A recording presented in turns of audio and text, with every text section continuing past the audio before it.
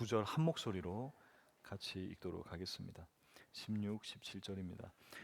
하나님이 세상을 이처럼 사랑하사 독생자를 주셨으니 이는 그를 믿는 자마다 멸망하지 않고 영생을 얻게 하려 하심이라.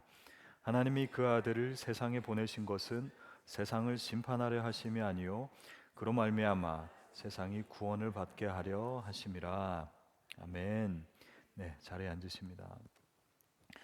하나님 사랑 시리즈로 3주간 함께 이야기 나누려고 합니다. 오늘은 누구에게나 열려 있으나 결코 가볍지 않은 사랑에 대해서 한번 나눠보려고 합니다. 우리가 하나님 사랑을 굉장히 가볍게 생각하는 것 같아요. 하나님은 사랑이시다. 이 사실은 믿으시죠? 네, 하나님은 사랑이시다. 이 사실은 믿으시는데 우리가 이 문장을 굉장히 가볍게 만들 수 있어요. 하나님 사랑하시는데 뭘? 하나님은 사랑이시다. 이 문장과 어느 하나 틀린 것 없죠?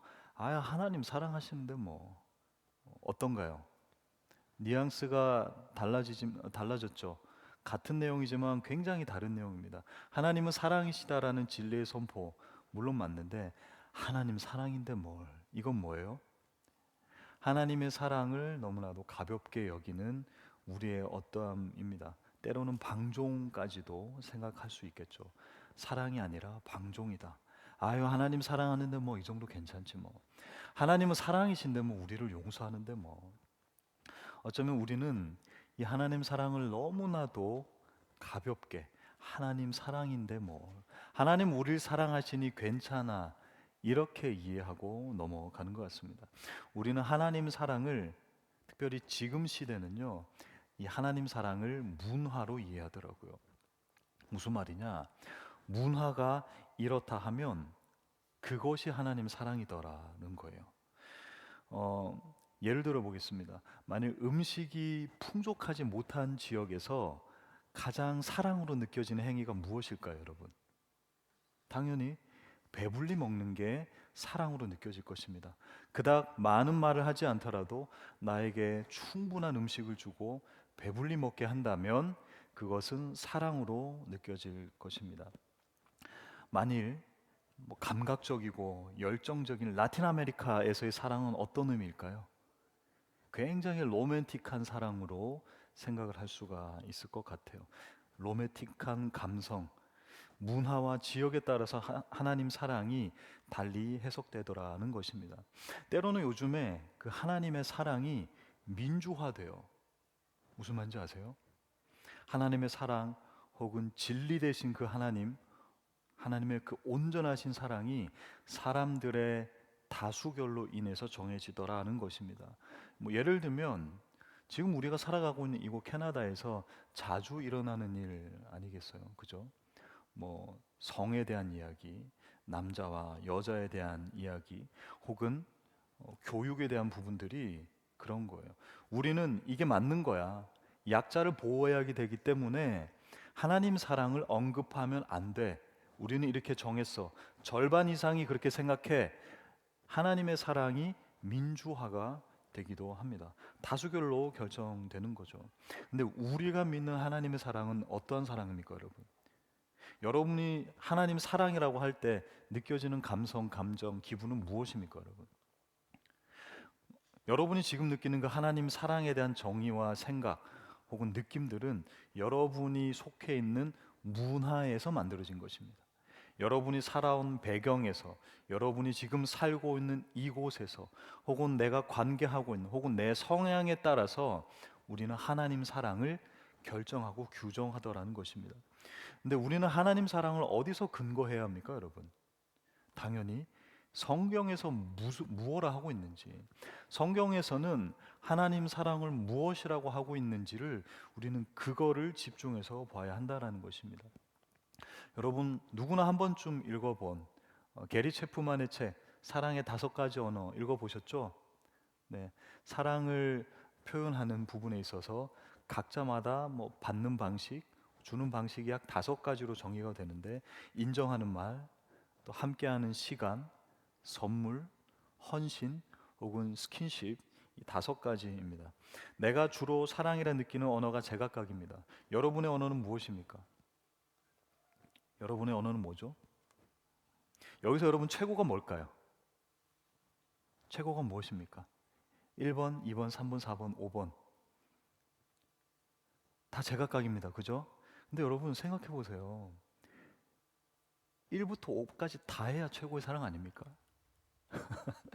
아니에요? 뭐 예를 들어서 아유 우리 남편 잘했어요라고 하면서 함께 데이트도 하고 우리 아내 잘했어요 아유 우쭈쭈 하면서 데이트하고 시간을 충분히 보냅니다. 그런데 깜짝 선물을 준비하는 거죠. 그죠? 그런데 집에 갔더니 설거지와 빨래도 다 합니다. 막 다 해요.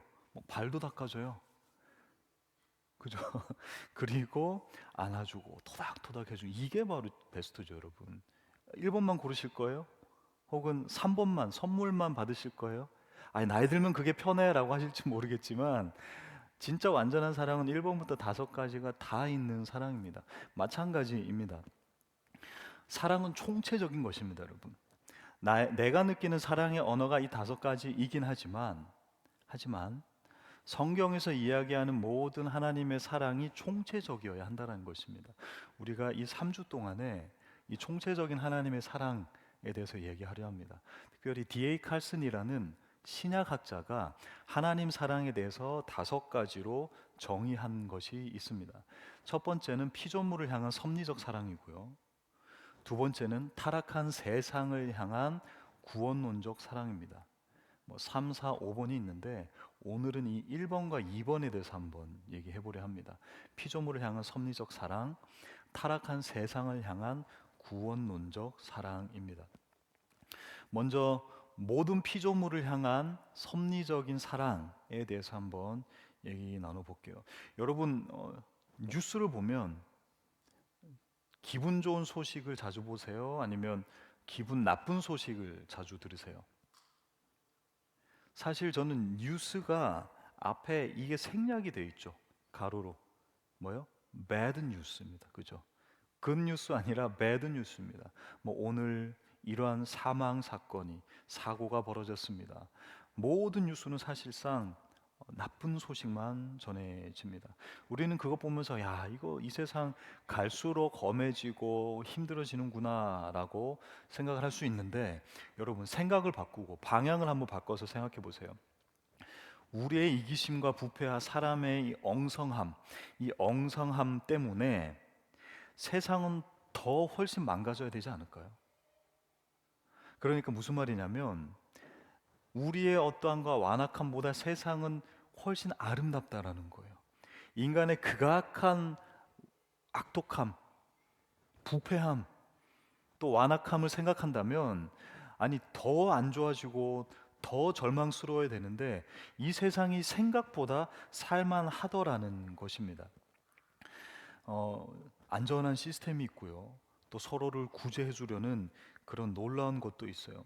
또 서로 간에 사람 간의 사랑도 있고 애정도 있습니다.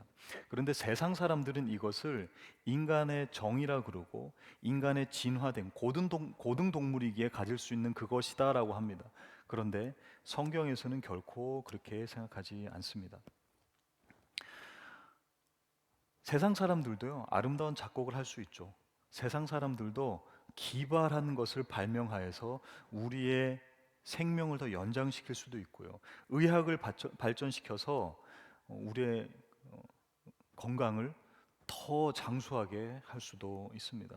불의에 반응할 수도 있고요. 때로는 목숨을 내놓는 그런 일도 일어납니다. 근데 이게 왜 가능한가? 성경에서는 뭐라고 얘기하는가? 바로 이것은 일반 은총이라는 하나님의 무한한 사랑 때문이다라고 얘기하고 있습니다. 뭐라고요? common grace, 일반 은총 혹은 일반 은혜라고 하는 것입니다. 하나님께서 이걸 막 쏟아 부으시는 거예요. 마태복음 5장 45절 하반절에서 이에 대해서 이야기하고 있습니다. 우리 한번 읽어볼게요. 시작. 이는 하나님이 그 해를 악인과 선인에게 비추시며 비를 의로운 자와 불의한 자에게 내려 주심이라. 아멘. 하나님은 지금도 하나님을 비방하고 조롱하고 욕하는 사람들에게도 태양을 비춰 주십니다. 비방하고 욕하고 하나님을 부인하는 자들에게도 하나님은 때에 맞은 비를 내려 주십니다. 자격 없는 우리 모두에게 산소를, 호흡을 그저 마음껏 제공하고 공급해 주십니다. 종교개혁자 존 칼빈도 이렇게 얘기해요. 믿지 않는 사람들이 이룬 과학, 의학, 철학, 그 업적들을 결코 무시하지 마라라고 얘기합니다. 인간의 지성이 타락했죠. 그래서 이게 결코 나을 수 없어요. 하지만 성령 하나님께서 이 일반 은총을 마구 허락하시고 부어주셔서 믿지 않는 사람들도 그것이 가능했다라고 얘기하고 있습니다. 성경에서 그걸 이야기하고 있습니다. 로마서 1장 20절에서요.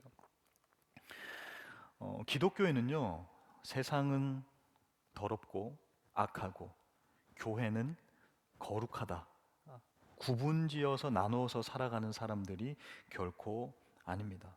우리는 같이 살아가는 거예요. 때로는 우리도 놀라운 치료를 받고 기적이라고 감사해야 할 때도 있고요. 영화를 보면서 와, 이 영화 진짜 잘 만들었구나. 하나님 믿는 사람이 아닌데도 어떻게 이렇게 잘 만들었지? 그 영화를 보면서 재미있어 합니다. 때로는 구제라는 제도를 통해서 사람들을 구제할 때 우리는 감사함을 느끼고 때로는 따뜻함도 느낍니다. 그것은 무엇인가? 바로 그들 안에 성령 하나님께서 믿는 자 믿지 않는 자 모두에게 허락하여 주시는 일반 은총, 커먼 그레이스 때문에 그렇다라는 것입니다. 코넬리우스 반틸이라는 조직 신학자가 있는데요. 그 사람도 똑같이 얘기를 해요. 무신론자들이 정의, 사랑, 도덕, 인권 같은 선한 가치를 주장할 수 있는 이유는 바로 이 일반 은총 때문이다라고 얘기하고 있습니다. 이 일반 은총 때문에 죄가 억제되고 있다라고 설명해요. 죄의 억제. 일반 은총은 이 기능을 가지고 있습니다. 믿는 자나 믿지 않는 자 모두에게 하나님에 대한 씨앗을 심어 주셔서 우리가 죄에 있는 그대로 살아가지 않게 하시고 죄를 억제하며 살아가는 그런 우리의 모습이다라는 것입니다. 인간은 전적으로 타락했어요. 내버려 두면 지옥처럼 변할 것 같아요. 하지만 이 일반 은총 때문에 우리는 그나마 하나님의 형상을 유지한 이 세상을 살아갈 수가 있다라는 것입니다. 이것이 왜 가능한가? 바로 주님께서 보존하시는, 하나님이 모든 피조물들을 보존하시는 그 사랑 때문에 가능하다라고 이야기합니다. 무신론자들은 하나님이 없다고 소리를 치죠. 근데 그들이 하나님이 없다 하면서 그들이 도덕과 여러 가지 선을 베푸는 것, 이것을 이 코넬리우스 반티는 이렇게 얘기해요. 무신론자의 빌려 쓴 자본이라고 얘기합니다. 무신론자들이 하나님께서 주신 그 일반 은총을 빌려다가 그냥 본인들이 막 사용하고 있다라고 표현을 하는 것입니다. 여러분, 일반 은총은 모두에게 허락이 됐어요. 맞아요. 모두가 누릴 수 있도록 주신 하나님의 사랑입니다. 그렇다고 해서 우리는 그것을 마구마구 사용을 해서는 안 될 것입니다. 우리는 이 주신 일반 은총을 마구 누리기만 하고 일반 은총을 주신 분을 잊고 사는 것, 이것을 뭐라고 하냐 하니 바로 우상 숭배라고 얘기하는 것입니다. 일반 은총을 선물로 주셨는데 그 주신 분이 아닌 선물에 집중하는 것, 이것을 뭐라고 한다고요? 우상 숭배라고 얘기하는 것입니다. 우리는 때로는 이 주신 선물과 일반 은총으로 우상 숭배를 하고 있는 삶을 살아가고 있습니다. 그렇게 살아가다 보면요, 이 일반 은총을 그대로 내버려 두고 이 일반 은총을 그저 우리의 우상으로 살아가다 보면은 어떠한 비극이 일어나는가? 주신 선물이 고발장이 돼 버려요. 그래서 우리가 주님 앞에 서는 그날에 그 모든 선물들이 우리를 향하여 고발할 것입니다. 내가 누렸던 모든 감사한 것들, 이 모든 것들이 우리를 향하여서 내가 그렇게 하나님이 있다고 했는데, 내가 그렇게 하나님은 우리를 지으셨다고 했는데, 우리 모두가 그렇게 증언했건만 당신은 끝까지 부인했었죠. 바로 그 주신 일반 은총이 이후에 우리들을 고발할 것입니다. 하나님 앞에 섰을 때 우리를 고발하는 가장 강력한 고발장이 될 것입니다. 그런 비극이 벌어지게 될 것이다라는 것입니다. 어떻게 해야 될까요, 여러분? 이 일반 은총을 누리며 우리는 어떻게 해야 됩니까? 그래서 우리는 모두에게 주셨으나 모두가 누릴 수 있는 이 일반 은총에서 끝내면 안 된다라는 거예요. 이 일반 은총을 어디까지 이어가야 된다고요? 특별 은총까지 이어가야 한다라는 것입니다. 왜요? 주님께서는요, 이 일반 은총으로 인해서 죄의 삭은 사망이지만 일반 은총으로 인한 이 사랑을 우리에게 허락하셨고, 그 사랑으로 인해서 주님께서는 사형 선고를 집행유예해 주십니다. 무슨 말이냐?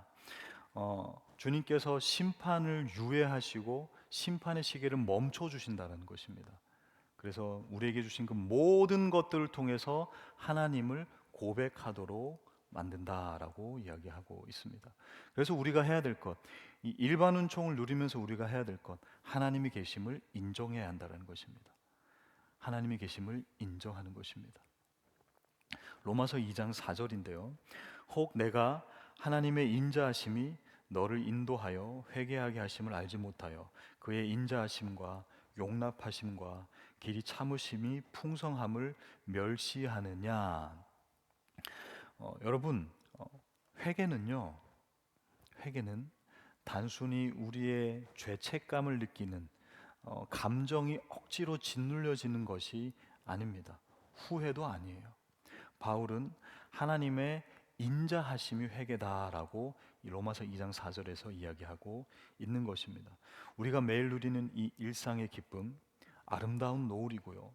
또 내 주변의 사람과 내 가족과의 아무 쓰잘데기 없지만 평범한 이 대화들, 그리고 때로는 빅토리아에서는 잘 없지만 맛있는 식사, 이런 것들, 거의 없는 맛집, 간혹 맛집 있잖아요, 그죠? 이런 이 모든 것들이 우연이 아니다라는 것입니다. 너희들이 지금 누리고 너희들이 지금 갈망하고 찾고 더 좋은 것, 결국에는 그 기쁨의 원천이 바로 나에게 있어라고 주님이 얘기하십니다. 왜요? 이 모든 것들을 공급하시는 가장 근원이 어디 있다고요? 바로 성령 하나님, 성부 하나님, 성자 예수 그리스도, 삼위일체 하나님의 그 일반 은총으로 우리가 이것이 가능하다라는 것입니다. 그러게 여러분, 만약 여러분이 오늘 하루 또 끝나고 집으로 가시다가 노을을 보신다면 주님께 감사하십시오.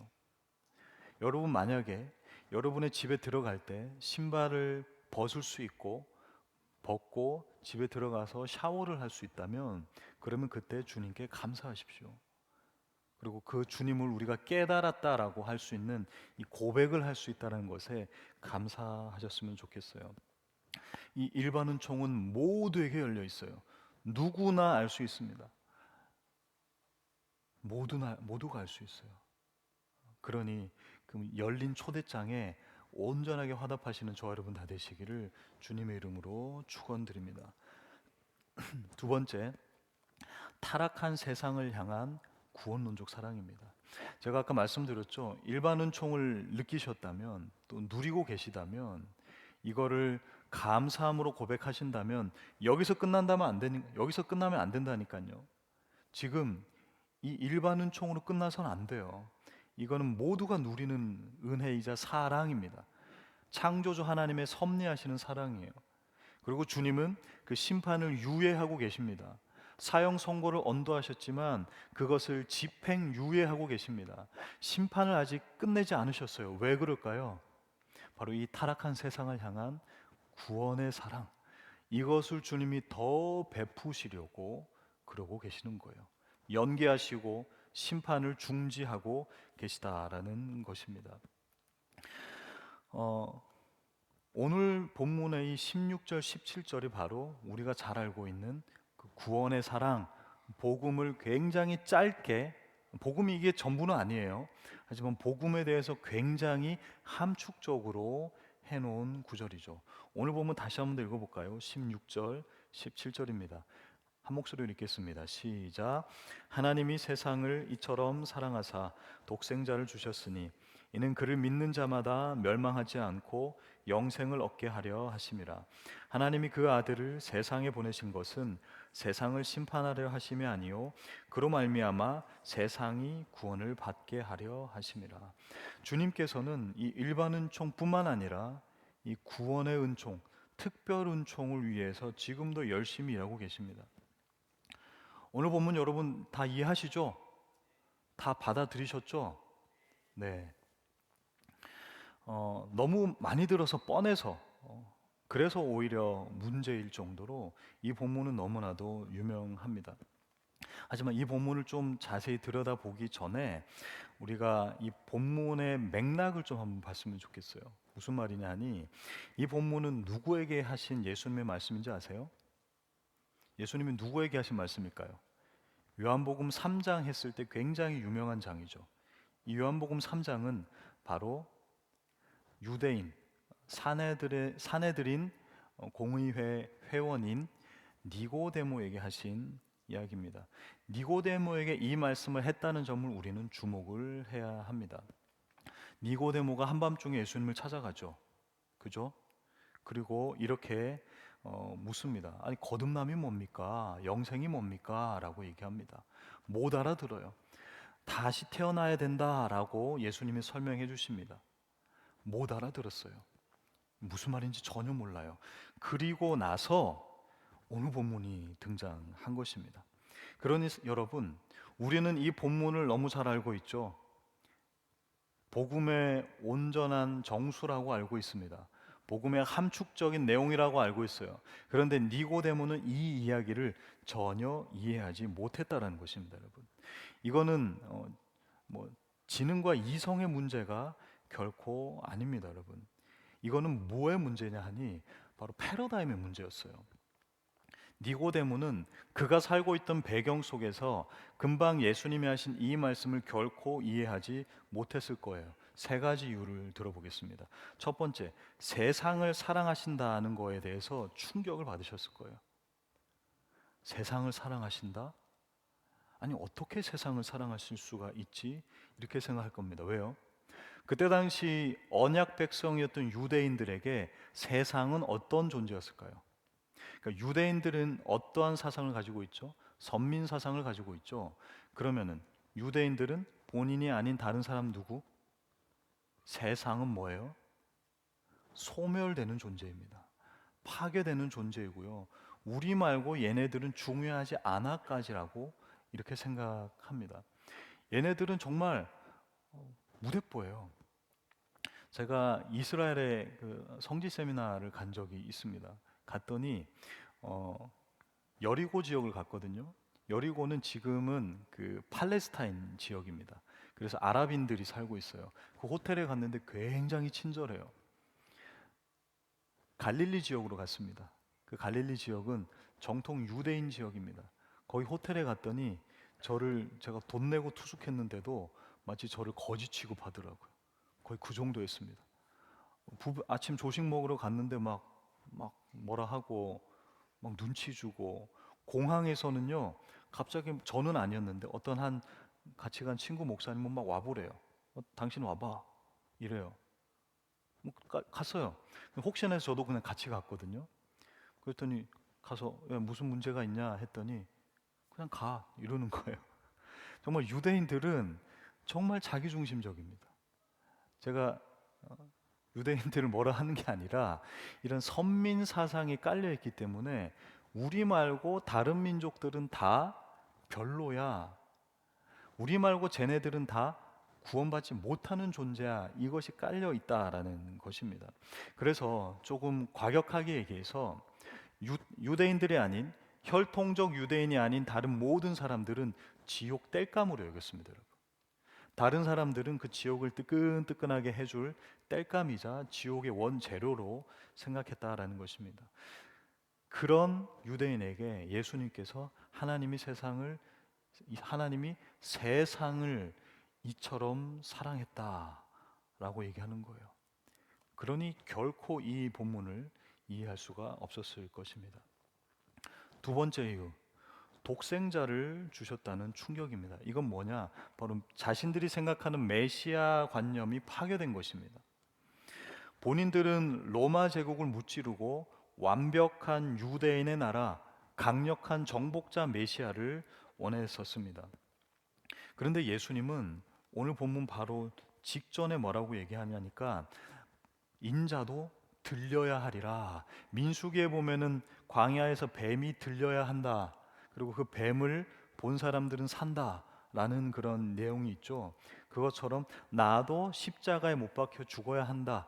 들려야 한다라고 얘기를 하셨어요. 그 십자가 죽음을 암시하셨다라는 것입니다. 나무에 달리는 것, 유대인들 입장에서 어떠한 형벌입니까? 저주입니다. 완벽한 저주라고요. 나무에 달려 죽는 것은 신명기 21장에 저주다라고 얘기하고 있습니다. 그러니 니고데모 입장에서는 이 예수님께서 들려야 한다, 또 죽어야 한다, 독생자를 보내어서 죽게 한다, 전혀 이해하지 못했을 것입니다. 세 번째, 이들에게 가장 어려웠던 것, 바로 믿음으로 구원받는다는 충격입니다, 여러분. 이들에게 있어서 구원은 무엇입니까? 평생 11조하고 섬기고 행위로 율법을 지켜내는 것, 행위와 공로가 바로 구원이었습니다. 그 노력해온 최고 종교 지도자가 바로 니고데모였습니다. 사내들인 공의회는요, 여러분, 이스라엘의 국회입니다, 여러분. 그런 사람이 믿음으로 구원받는다? 이건 말이 안 되는데, 내가 평생 바쳐온 이 종교적 신념과 충돌되는데 라고 생각했다라는 것입니다. 그래서 니고데모는 이 말을 이해하지 못했을 것입니다. 어쩌면 우리도 이 말을 이해하지 못하고 있습니다. 무슨 말이냐? 하나님이 세상을 이처럼 사랑하사 독생자를 주셨으니 이는 그를 믿는 자마다 멸망치 않고 구원을 얻게 하려 하실 것이다. 이게 마치 주문처럼 되어버린 우리의 삶이다라는 것입니다. 우리는 또 다른 의미로 너무 잘 알아서, 너무나도 당연해서, 너무나도 하나님의 사랑을 많이 들어왔기에 우리는 이 구절을 제대로 이해하지 못한다는 것입니다. 당연히 하나님 날 사랑하죠. 왜 날 사랑하지 않겠어요? 그리고 하나님은 원래 그런 분이시니까요. 하나님은 사랑이시잖아요. 나의 어떠함, 하나님의 어떠함, 그 양쪽 모두를 아무런 대가 없이 그대로 받아들인다라는 것입니다. 그러니 복음이 싸구려가 되고, 복음이 무가치해져 버리고, 복음이 블랙 프라이데이의 그 무언가가 되어버렸다는 것입니다. 하나님께서 세상을 이처럼 사랑하셨다. 여기서 세상은요, 아름다운 자연을 얘기하는 것이 아닙니다. 하나님을 반역하고 등진 죄악된 인류이자 우리 한 명 한 명임을 기억하셨으면 좋겠습니다. 우리는 보통 사랑스러운 사람을 사랑하죠. 또 사랑할 만한 사람을 사랑합니다. 그런데 주님께서는 그 방향을 바꾸셨어요. 아무리 봐도 사랑할 수 없는 사람을 주님은 사랑하신다라는 것입니다. 그렇기 때문에 여러분, 우리가 하나님이 세상을 이처럼 사랑하사, 이 구절을 우리는 제대로 이해하지 못했어요. 우리는 이렇게 이해합니다. 얼마나 많은 사랑을 하셨는가, 하나님이 우리를 얼마나 많이 사랑하셨는가, 우리는 이렇게 이해하죠. 하지만 우리는 그게 아니라 그토록 반역한 존재를 사랑하셨다, 이렇게 이해해야 한다는 것입니다. 얼마나 많은 사랑을 쏟아부으셨다, 이게 아니라요, 하나님은 사랑이 원래 많으신 분이니 당연히 우리를 사랑하시죠, 이게 아니라요, 얼마나 반역하고 얼마나 추악하고 얼마나 정말 죄투성인 우리를 사랑하셨는가, 이처럼 사랑하셨는가입니다. 하나님이 세상을 이처럼, 이 후토스라는 이 이처럼은요, 정도를 나타내는 게 아닙니다, 여러분. 하나님이 얼만큼 우리를 사랑하셨는가, 이만큼 사랑하셨는가, 그 의미가 아니라고요. 방식의 문제입니다. 이처럼은 예수 그리스도 아들을 보내셔서 죽이기까지 그 방식을 택하셔서 우리를 사랑하셨다라는 방식을 가리키고 있다라는 것입니다. 다시요. 하나님이 세상을 이처럼 사랑하사는 이처럼 많이 사랑했다라는 개념이 아니라 뭐라고요? 하나님이 그의 아들을 죽게끔 내버려 두시기까지 그 방식을 채택하는 이처럼 이다라는 것입니다. 주님은 세상의 죄를 묵인하면서 그냥 없던 거 넘어가자 하는 방식으로 채택하지 않으셨어요. 오히려 독생자를 내어주십니다. 그 가슴 아픈 방식을 채택하시면서 우리를 사랑하셨다라는 것입니다. 그리고 그 반역한 자를, 그 죄인된 우리를 끝까지 포기하지 않으셨다. 그게 바로 하나님의 크신 긍휼의 사랑, 구원의 사랑이다라는 것입니다. 로마서 5장 8절의 말씀 우리 한 목소리로 읽어보겠습니다. 시작. 우리가 아직 죄인 되었을 때 그리스도께서 우리를 위하여 죽으심으로 하나님께서 우리에 대한 자기의 사랑을 확증하셨느니라. 우리가 아직 죄인 되었을 때 우리를 사랑하셨습니다. 우리를 먼저 우리 자녀 삼으시고 사랑하신 게 아니라 우리가 여전히 죄인 된 상태에 있을 때 그리스도께서 죽음의 방식을 채택하심으로 우리를 향한 사랑을 꽝꽝 확정하셨다라는 것입니다. 그러기에 여러분, 사랑의 증거는 감정이나 선언이나 혹은 우리의 선포가 아닙니다. 바로 사건입니다. 케이스입니다. 그리고 이벤트입니다. 어떤 이벤트입니까? 바로 십자가 위에서의 죽으신 그 사랑입니다. 아직 죄인 되었을 때, 우리가 아직 사랑받을 만한 이유가 전혀 없을 때 주님께서 우리를 사랑하셨다는 겁니다. 물론 하나님 사랑 크죠. 맞아요. 하지만 하나님 사랑이 커서 이전에 우리가 생각해야 될 것은 하나님이 그의 아들을 내어주시는 방법을 선택하셨다라는 것입니다. 니고데모는 이 사실을 전혀 몰랐습니다. 니고데모는 그의 유대인적 삶, 유대인적 가치관, 세계관으로 인해서 전혀 이해하지 못했어요. 이해할 수가 없었겠죠. 그럼 그 니고데모는 어떻게 됐을까요, 여러분? 오늘 3장에서는요. 예수님이 이 복음을 전하시고 멸망하지 않게 하신다라는 메시지를 뒤에까지 쭉 전하시고 니고데모의 반응은 없어요. 그냥 그렇게 끝이 납니다. 그냥 어두운 밤 니고데모는 이게 무슨 말이야 하고 돌아갔을 것입니다. 본인이 이해할 수 있는, 본인이 당장에 소화해낼 수 있는 범위를 넘어섰습니다. 하지만 이 말씀은요, 니고데모의 그 구원의 하나님의 사랑의 강력한 씨앗이 되었습니다. 요한복음 7장 50절, 51절인데요. 그 중에 한 사람 곧 전에 예수께 왔던 니고데모가 그들에게 말하되 우리 율법은 사람의 말을 듣고 그 행한 것을 알기 전에 심판하느냐. 바리새인들이 예수님을 막 정죄하려 하자 니고데모가 뭐 한 거예요? 쉴드 쳐준 거예요. 우리가 어찌 사람 말 안 들어보고 우리가 율법을 판단했어? 이분 말 들어보자라고 하면서 사람들을 워워시키고 중재하고 있는 모습입니다. 율법에 대한 의심이 점점 가기 시작한 거예요. 이 율법이 과연 완전한 것인가? 그 생각이 점점 싹트기 시작한 니고데모입니다. 근데 그는 완벽한 회심을 이룹니다. 그게 언제일까요, 여러분? 요한복음에서 니고데모가 등장하는데요. 언제 니고데모는 회심을 이룰까요? 아까 제가 말씀드렸죠. 하나님의 사랑, 그 사랑의 증거는 뭐라고요? 감정이 아닙니다. 그죠? 뭐라고요? 이벤트, 케이스, 그 어떤 사건을 통해서 확증된다라고 말씀을 드렸습니다. 무슨 사건일까요? 바로 십자가 사건에서 확증이 됩니다. 요한복음 19장 39절입니다. 한 목소리로 읽어보겠습니다. 시작. 일찍이 예수께 밤에 찾아왔던 니고데모도 모략과 침향 섞은 것을 100리트라쯤 가지고 온지라. 예수님이 십자가에 못 박히시고 모든 제자들이 떠나갔습니다. 그때 누가 장사했습니까? 아리마대 사람 요셉이라는 자와 그리고 이 유대인이라는 사내들인 의원이라는 국회의원이라고 하는 그 니고데모가 예수님의 시신을 받아서 장례를 치렀습니다. 이건 무엇을 의미합니까? 이거구나. 이거였구나.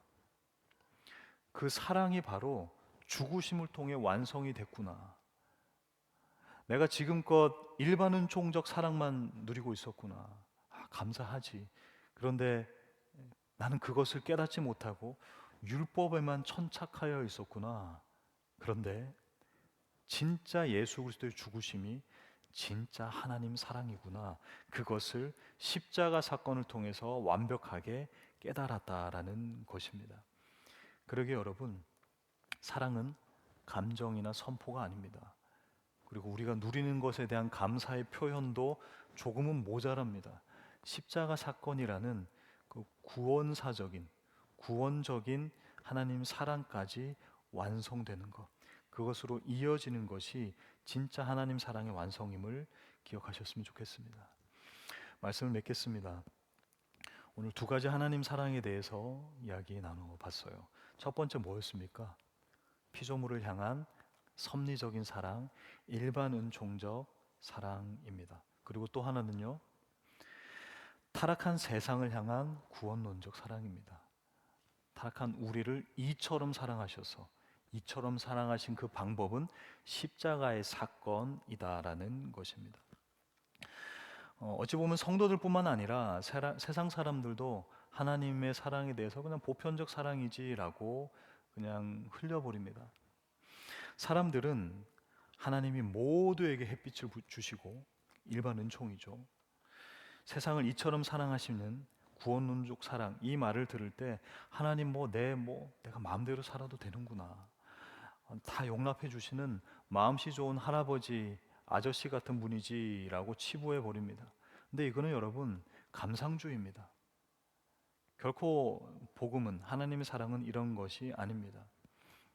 하나님 사랑은 누구에게나 열려 있습니다. 맞습니다. 하지만 하나님이 세상을 폭넓게 사랑하시고 악인에게도 인자를 베푸시는 이유, 바로 여전히 다시금 돌아오라고, 회개하고 이 구원에 참여하라고, 이 십자가 사건을 너의 사건으로 생각하며 이것이 특별 은총이자 또다시 내 삶의 일반 은총이 되라고, 주님과 동행하는 삶이, 주님과 함께하는 오늘 하루가, 주님과 함께하고 예배하는 이 당연하고 너무나도 뻔한 하루가, 이 일반 은총적 하루가 바로 특별 은총으로 시작될 수 있다라는 것입니다.